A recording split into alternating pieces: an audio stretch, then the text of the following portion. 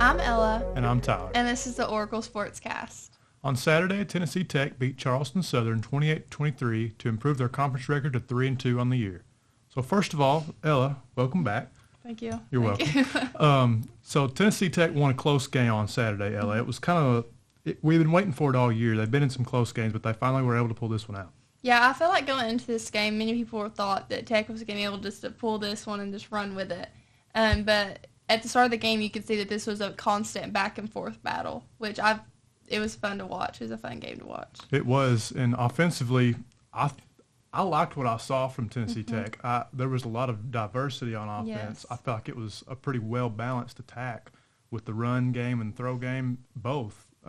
We saw Dylan Lible again for the second week in a row. He played pretty well. He had over 170 passing yards, 2 touchdowns, 0 interceptions, so that's good. Yeah, I liked what I saw from our offense this game. I feel like it was really smooth. It didn't look like as rough as it's been looking in the past, and we didn't see a ton of the turnovers that we've been seeing as well. And I also like Dylan at quarterback. I thought he did very well. I agree. Yeah, what you said was right. It just looked better. It looked more smooth, more natural. We talked about it on the podcast, I think 2 episodes ago, how we would like to see Tramel Jones and Jordan Yates get more involved like they were against Gardner Webb on the ground. We saw that against Charleston Southern. Tramel Jones even took 120 yards for a touchdown, which was nice to see. He's just a dynamic player. You know, I feel like when you have more players being able to be such powerful moments in the game, it's hard to be able to stop an offense when it's just not one player you're focusing on, which I feel like we've been doing in the past few games. Oh, absolutely. Yeah, when you have multiple guys that can hurt you, that can hurt a defense. When you have multiple playmakers like that on offense, it just opens everything up for you. Yeah. And going back to Lible's performance, man, the vertical passing game for Tennessee Tech seems to be back in play with him at quarterback. He can make some throws. Yes, he can. His passes, that's what I was talking about with a few people. I was like, his passes are, like, gorgeous. Like, he makes gorgeous passes. And he's such a smart player. Like, he sees his field so well. Oh, yeah, he's just a natural quarterback. I mean, you can just tell his decision-making and the way he sees the field and his arm strength and talent is really impressive. We knew that going into the year, how talented he was, but we just weren't sure if he was going to be able to put it all together. He got hurt in the first game of the year. That was kind of sad to see. Potts came in, played well, but now it's Dylan Lible's team again here in the second week in a row. Yeah, and honestly, looking at the offense, I feel like if he keeps going as he is, that we're going to continue to get stronger and stronger every game as our offense continues to adjust to him. Oh, yeah. I mean, that's like, his second game back, and we're already – Exactly. Yeah, that's what I was going to say. It's like Coach Water said in the postgame, this is basically Dylan Lible's second game of football in like 2 years. Yeah. So that's really impressive for him to have the performance that he had. And like you said earlier, no turnovers. I love that. Yes. Playing clean football and playing good enough football for the team to have success and for Tech to win is vital. And it wasn't like their defense was awful either. It's just he was smart with the ball, and everyone was just strong with the ball as well. You didn't see passes getting tipped as much or anything like that. So it was just a very good, clean game of offense. I agree. I think Dylan Lible was the staff's guy going into the year. Obviously, we saw him against MTSU in the very first game of the year. So I think this is kind of the offense they were planning on running all year long. It kind of finally came to fruition on Saturday, and I think the sky's the limit. I think the offense has more potential than what they showed on Saturday. Yeah, and not just leaving Jordan Potts out of it, because now that we're seeing that we have 2 solid quarterbacks, that's something that we could start messing with, like 7 in, 7 out when certain plays need to be ran, and you can focus on certain plays with certain quarterbacks, and it would be an even stronger offense at that point. Exactly. I watched Texas A&M play LSU on Saturday night in college football, and A&M had Connor Weigman in there, and he wasn't doing much. They put Marcel Reed in, who could run the ball a little bit more, and they just took off offensively. So it's okay to have 2 good quarterbacks on your roster. There's nothing wrong with that. And it's not, if one doesn't play over the other, it doesn't mean anything. Sometimes it's just the game. Sometimes it's just the defense you're playing. But it's good to see that we have 2 very strong quarterbacks. Yes, exactly. And so moving on into the run game, they ran the ball well. They had 168 yards. That's what we've been really harping on here recently offensively, as Tech needs to get back to that ground and pound that they've been doing all year. They did that. Jalen Mitchell had 94 yards on the ground. He had a good game.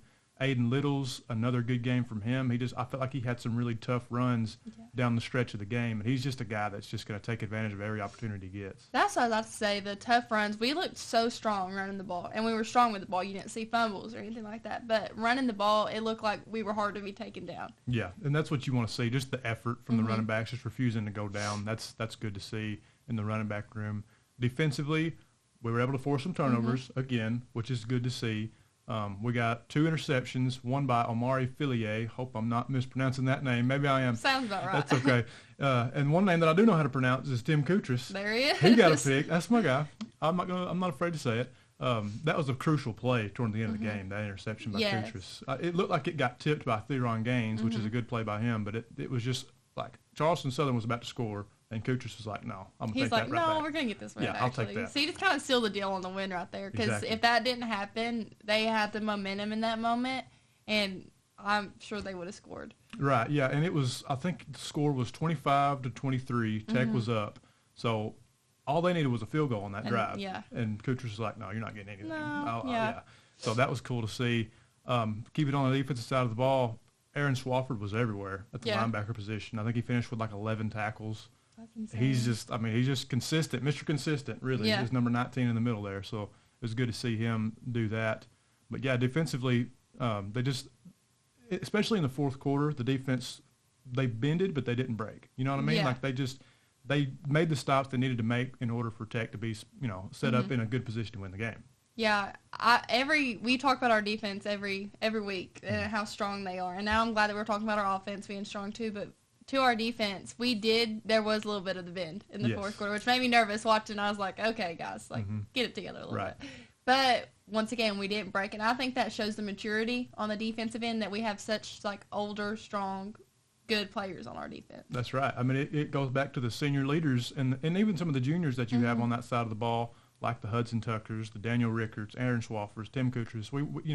All the guys that come back from last year on that defensive side of the ball, it shows that maturity, and it's kind of spreading out to the rest of the team now. Your younger guys that are freshmen, they're not really freshmen anymore. I mean, this is game 8 or 9 here, so it's good to see that coming along. I think they can build on that success and finish the season strong.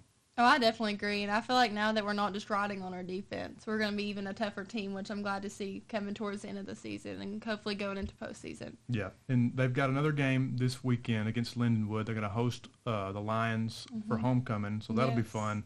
I think it's a pretty good matchup. I think it's a good matchup. Both teams are pretty evenly, matched in terms of record and just, how they like to play. So I think it's important for Tech to get a win, because being 4-2 in the conference just sounds better than 3-3. It does, It just does. Yeah. So I think it's important for Tennessee Tech to get a win here and to kind of keep the momentum and just get back in the win column. It was good for Saturday to get us back in the win column, because we've been kind of in a slump here recently. Yeah, which I am glad we saw the win, especially going into homecoming, because I'm sure the fans will be packed out. It's homecoming, so hopefully we can get some fans behind Tech again, like we had at the beginning of the season. Yes. It's kind of died down a little bit, but hopefully with a win and it being homecoming, we can get some more people back in there. I think we absolutely can. So that's good. We'll have Lindenwood at home and then 2 away games, and then the finisher on the 23rd against Eastern Illinois at home. So that'll be fun.